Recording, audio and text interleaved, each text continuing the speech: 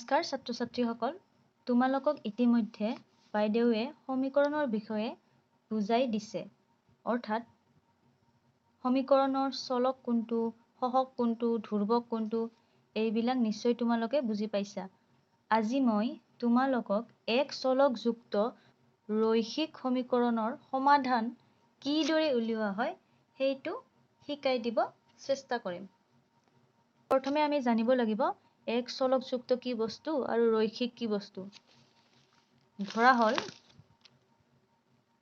3x - 1 = 2। এইটো এটা কি সমীকৰণ। এই সমীকৰণটোৰ চলক কোনটো? এইটো x টো হৈছে চলক। এতিয়া এক চলকযুক্ত মানে হৈছে এটা চলক থকা, অৰ্থাৎ ইয়াতে এটাই চলক আছে x আৰু বেলেগ চলক নাই। এতিয়া কিছুমান সমীকৰণ এনেকুৱাও আছে, ধৰা এনেকুৱা 3x + 2y = 1। এইটোও এটা সমীকৰণ, কিন্তু ইয়াতে দুটা চলক আছে, এটা হৈছে x, এটা হৈছে y। এইটোক কি বুলি ক'ব? দুই চলকযুক্ত ৰৈখিক সমীকৰণ। আৰু আমি শিকিম আজি এক চলকযুক্ত ৰৈখিক সমীকৰণ। এতিয়া ৰৈখিক মানে হৈছে চলকৰ ঘাত মানে চলকৰ ওপৰত যিটো নাম্বাৰ থাকে, অৰ্থাৎ x দুটা পূৰণ কৰিলে কি হয়? x² হয়। x তিনিটা পূৰণ কৰিলে কি হয়? x³ হয়। এইবিলাকক কি বুলি কোৱা হয়? ঘাত বুলি কোৱা হয়। এতিয়া ঘাত যদি 1 হয়, চলকৰ ঘাত, ইয়াতে একো নাই মানে 1 আছে, চলকৰ ঘাত যদি 1, এইটোক ৰৈখিক বুলি কোৱা হ'ব। আৰু চলকৰ ঘাত যদি 2 থাকে, তেনেহ'লে দ্বিঘাত বুলি কোৱা হ'ব। অৰ্থাৎ এনেকুৱাও থাকিব পাৰে 2x² + 1 = 0। এইটো হৈছে দ্বিঘাত সমীকৰণ। ঠিক আছে, আমি আজি শিকিম এই ধৰণৰ এক চলকযুক্ত ৰৈখিক সমীকৰণৰ সমাধান কিদৰে নিৰ্ণয় কৰে। এতিয়া আমি জানিব লাগিব সমীকৰণৰ সমাধান মানে কি।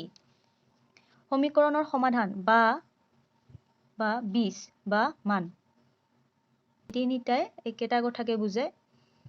এতিয়া সমীকৰণৰ সমাধান নিৰ্ণয় কৰা বুলি ক'লে আমি কি বুজিম? সমীকৰণটোৰ চলকৰ মান যিটো আমি কেনেকৈ উলিয়াম? যোগ, বিয়োগ, পূৰণ, হৰণ আদিৰ দ্বাৰা আমি নিৰ্ণয় কৰিম।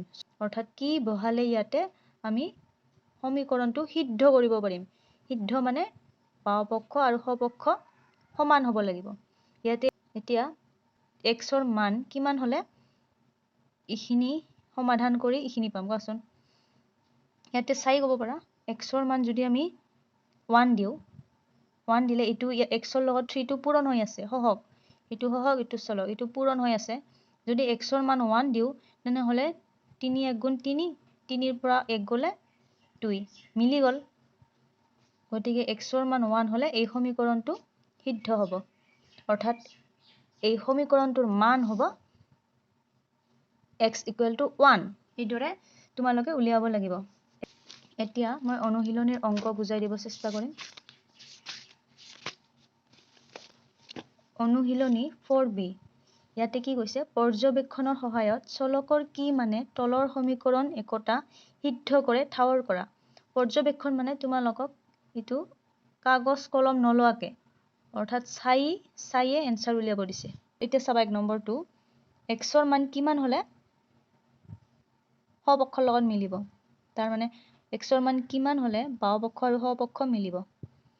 সপক্ষত কিমান আছে? 0 আছে। গতিকে x ৰ মান যদি আমি 3 দিওঁ, 3 - 3 0 হৈ যাব, বাওঁপক্ষ 0 হৈ যাব। গতিকে ইকুৱেল হৈ যাব, বাওঁপক্ষ সমান সপক্ষ। গতিকে x ৰ মান কিমান হ'ব? 3। আকৌ ইয়াতে চাবা, y ৰ মান কিমান হ'লে সপক্ষটো 0 হ'ব। লেফ্ট হেণ্ড চাইডৰ y ৰ মান কিমান বহালে আমি 0 পাম? ইয়াতে যিহেতু +5 আছে, গতিকে ইয়াতে -5 দিলে আমি +5 - 5 0 হৈ যাব, তেতিয়া ইকুৱেল হ'ব। গতিকে y ৰ মান হ'ব -5। এইদৰে তোমালোকে এইখিনি নিজে পৰ্যবেক্ষণ কৰি উত্তৰ ক'ব পাৰিবা। এইটো কিমান হ'ব কোৱাচোন? ইয়াতে 5x মানে 5 ৰ লগত x পূৰণ হৈ আছে, আৰু ইফালে আছে 40। এতিয়া চোৱা, 5 ৰ লগত কি পূৰণ কৰিলে 40 হয়? 8 × 5 = 40। গতিকে x ৰ মান হ'ব 8। 5 × 8 = 40। ইয়াতে চোৱা, সপক্ষত 3 আছে, গতিকে x ৰ মান কিমান হ'লে বাওঁপক্ষ 3 হ'ব? ইয়াতে যেহেতু 9 আছে 9 এৰে কি সংখ্যা হৰণ কৰিলে 3 পাম 9 3 গুণ 27 27 হলে আমি 3 পাম গতিকে x ৰ মান হ'ব 27 কি হ'ব লাষ্টৰটো ইয়াতে x ৰ মান কিমান হলে বাওপক্ষ 10 হ'ব কাৰণ সপক্ষত দিয়া আছে 10 ইকুৱেল হ'ব লাগিব গতিকে 10 হ'বলৈ হলে ইখিনি 11 হ'ব লাগিব ইখিনি 11 - 1 10 ইখিনি 11 হ'বলৈ হলে ইয়াতে কি বহালে 11 হ'ব 3 লগত 11 পূৰণ কৰিলে কিমান হয় 33 অৰ্থাৎ x ৰ মান যদি 33 হয় তেনেহলে ইখিনি কাটাকাটি কৰিলে আমি 11 পাম তেতিয়া 11 - 1 10 পাম গতিকে x ৰ মান হ'ব 33 হৈ গল ইখিনি কৰি দিব লগা নাই তোমালোক পৰ্যবেক্ষণ কৰিয়ে উলিয়াব দিছে এতিয়া মই 2 নম্বৰৰ পৰা আৰম্ভ কৰিছো 2 নম্বৰত দিছে তলৰ সমীকৰণ বিলাক সমাধান কৰা আৰু প্ৰতিটোৰে ফল শুদ্ধি পৰীক্ষা কৰা অৰ্থাৎ সত্যাপন কৰা মানে লেফট হ্যান্ড সাইড আৰু ৰাইট হ্যান্ড সাইড সমান কৰি দেখাব দিছে প্ৰথমতে আমি সমাধান কৰিম সমাধান মানে মান উলিয়াম x ৰ মান প্ৰথমে মই লৈছো 2 নম্বৰৰ 1 2 6x - 5 = 13 কিমান আছে 6x - 5 = 13 প্ৰথমতে মই অতি সাধাৰণ ভাৱে বুজাই দিব চেষ্টা কৰিম ইয়াতে চোৱা প্ৰথমে এই লাইনটো লিখি ললো এতিয়া আমাক যেহেতু x ৰ মান উলিয়াব লাগে গতিকে x টোক আমি বাওফালে ৰাখিম সমান চিনৰ বাওফালে x টোক ৰাখিব লাগিব যেহেতু আমাক বাওপক্ষত অকল x ৰ দৰকাৰ গতিকে আমি প্ৰথমে কি কাক আউট কৰিম -5 ক আউট কৰিব লাগিব তাৰমানে নোহোৱা কৰিব লাগিব গতিকে প্ৰথমে -5 টোক আউট কৰাবলৈ হলে আমি এটা +5 দুফালে যোগ কৰিম এতিয়া ইয়াতে বাওফালে থাকিল 6x আৰু সোঁফালে এইখিনি যোগ কৰি দিলে 18 এতিয়া আমি চাম ইয়াতে কি বাকি আছে আৰু আউট কৰাবলৈ 6 বাকি আছে যেহেতু x ক ৰাখিব লাগিব কেৱল বাওফালে গতিকে 6 টো ইয়াতে পূৰণ হৈ আছে একো নাই মানে এনেকৈ থাকিলে এটো পূৰণ হৈ থকা বুজায় গতিকে আমি 6 এৰে যদি হৰণ কৰি দিও তেনেহলে 6 টো নোহোৱা হৈ যাব গতিকে আমি 6 এৰে দুফালে হৰণ কৰি দিলো বাওফালে দিলে সোঁফালেও দিব লাগিব গতিকে এইটো কাটাকাটি কৰি 1 হল 1x হল আৰু ইয়াতে 18 / 6 কিমান হ'ব 6 3 গুণ 18 3 অৰ্থাৎ x ৰ মান 3 পালো এইদৰে উলিয়াব লাগিব এতিয়া ফল শুদ্ধি কৰিম ফল শুদ্ধি মানে লেফট হ্যান্ড সাইডত কিমান আছিল 6x - 5 এটো লিখি ললো এতিয়া আমি x ৰ মান কিমান পালো 3 এতিয়া 3 টোক আমি x ৰ জাগাত বহাই দিম এটো পূৰণ হৈ আছে গতিকে 6 * x মানে 3 - 5 6 3 গুণ 18 18 - 5 13 13 হয়নে ৰাইট হ্যান্ড সাইডত কি আছে চোৱা ৰাইট হ্যান্ড সাইডত 13 আছিল গতিকে left hand side equal right hand side সত্যাপন কৰা হল এতিয়া চাবা এটো এটা টেকনিক হয় আৰু এটা টেকনিক আছে x ৰ মান উলিওৱা হেতু হৈছে তোমালোকে অৰ নাইবা বুলি লিখিব পাৰা ইয়াতে সমীকৰণটো লিখি লৈ আমি কি কৰিম ইয়াতেও নোহোৱা কৰিম ইয়াতে আমি দুফালে যোগ বিয়োগ নিদিও আমি কি কৰিম বাওফালে থকা সংখ্যাখিনি যিখিনি এক্সট্ৰা আমাক নালাগে সংখ্যাখিনি সোঁফালে পঠিয়াই দিম সমান চিনৰ সোঁফালে প্ৰথমে -5 টোক পঠিয়াই দিম ইয়াতে এটা কথা মনত ৰাখিব লাগিব যদি আমি বাওফালৰ পৰা সোঁফালে লৈ যাও নাইবা সোঁফালৰ পৰা বাওফালে আনো চিনৰ পৰিৱৰ্তন হয় গতিকে ইয়াতে -5 আছে -5 টো সমান চিনৰ সোঁফালে গলে +5 হৈ যাব গতিকে কি হল 6x = 13 + 5 ইয়াৰ পিছত 6 টো কি হৈ আছে পূৰণ হৈ আছে সমান চিনৰ ইফালে গলে সোঁফালে গলে হৰণ হৈ যাব গতিকে 6 টো কি হল প্ৰথমে এইটো যোগ কৰি লৈছো 18 এতিয়া 6 টো পঠিয়াই দিলো 6 টো তলত আহি গল তাৰ মানে হৰণ হৈ গল 6 3 গুণ 18 x ৰ মান 3 এনেকৈ কৰিলে হয় আমি পিছলৈ এনেকৈ কৰিম এইটোৱে বেছি ইজি হয় সংখ্যাকেইটা বাওফালৰ সংখ্যাকেইটা সোঁফালে পঠিয়াই দিলে হল কেৱল মনত ৰাখিবা তোমালোকে মনত ৰাখিবা যোগ থাকিলে বিয়োগ বিয়োগ থাকিলে যোগ পূৰণ থাকিলে হৰণ হৰণ থাকিলে পূৰণ এইখিনি মনত ৰাখিলে হল এতিয়া 3 নম্বৰটো লৈছো ইয়াতে আছে x/7 + 3 = x/3 - 4 ইয়াতে আমি কি কৰিম সেকেন্ড নিয়মটোৰ মতে কৰিম গতিকে প্ৰথমে আমি কি কৰিম ইয়াতে দুটা x আছে x দুটা আমি বাওফালে লৈ আহিম এটাটো আছেই, এইটো x আমি ইফালে লৈ আহিম আৰু এই সংখ্যাটোক আমি সফালে পঠিয়াম। প্ৰথমে কি কৰিছো, প্ৰথমে 3 সমান চিনৰ সফালে পঠিয়াই দিছো। 3 ৰ আগত আছে প্লাস আৰু 3 সমান চিনৰ ইফালে গলে কিমান হ'ব, মাইনাস হ'ব। গতিকে -3 হল।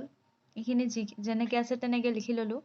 x/7 ইকুৱেল x/3 -4 আৰু +3 টো কি হ'ব, -3। ইয়াৰ পিছত কি কৰিছো, x/3 টো আমি বাওঁফালে লৈ আহিছো। x/3 ৰ আগত একো নাই মানে প্লাস আছে, সমান চিনৰ বাওঁফালে আহিলে মাইনাস হ'ব আৰু এইখিনি মাইনাসে মাইনাসে প্লাস 4 3 7 -7। এতিয়া ইয়াতে চাবা 7 আৰু 3 ৰ লসাগু উলিয়াব লাগিব। লসাগু কেনেকৈ উলিয়ায়, 7 আৰু 3 দুটা মৌলিক সংখ্যা, গতিকে এই মৌলিক সংখ্যা দুটা পূৰণফলটোৱে হ'ব লসাগু। গতিকে লসাগু যদি 21 হয়, গতিকে হৰত লিখিলো 21। ইয়াৰ পিছত চাব লাগিব ইয়াতে হৰত কিমান আছে, 7। 7 ৰ লগত কি পূৰণ কৰিলে 21 হয়, 7 ৰ লগত 3 পূৰণ কৰিলে 21 হয়। এতিয়া সেই 3 টো আমি ওপৰৰটোৰ লগত পূৰণ দিব লাগিব। ওপৰত কিমান আছে, x পূৰণ 3 কিমান হ'ব, 3x। ডাইৰেক্ট পূৰণ কৰি দিলে হ'ল। ইয়াৰ পিছত ইয়াতে চাব লাগিব সেকেন্ডটোত 3 আছে, 3 ৰ লগত কি পূৰণ কৰিলে 21 হয়, 3 ৰ লগত 7 পূৰণ কৰিলে 21 হয়। গতিকে 7 টোক ওপৰত পূৰণ দিব লাগিব x ৰ লগত। গতিকে 7 × x আৰু ইয়াতে মাইনাস আছে কাৰণে মাইনাস আৰু প্লাস থাকিলে প্লাস হ'ব। এতিয়া এইখিনি যেনেকৈ আছে এনেকৈ -7। এতিয়া 3x - 7x, ইয়াতে প্লাস ইয়াতে মাইনাস, প্লাসে মাইনাসে মাইনাস বিয়োগ হ'ব। 7 ৰ পৰা 3 গলে 4, ডাঙৰৰ আগত মাইনাস চিন, গতিকে -4x আৰু ইয়াৰে 21 টো ইয়াতে হৰণ হৈ আছে, সমান চিনৰ সফালে গলে পূৰণ হ'ব। গতিকে আমি 21 টো পূৰণ হিচাপে লিখিলো, 21 পূৰণ -7। এতিয়া দুয়োফালে মাইনাস হল, ইফালে হল -21 আৰু 7 পূৰণ কৰিলে 147 -147 আৰু ইফালে থাকিল -4x। এতিয়া মাইনাস মাইনাস কাটিলো।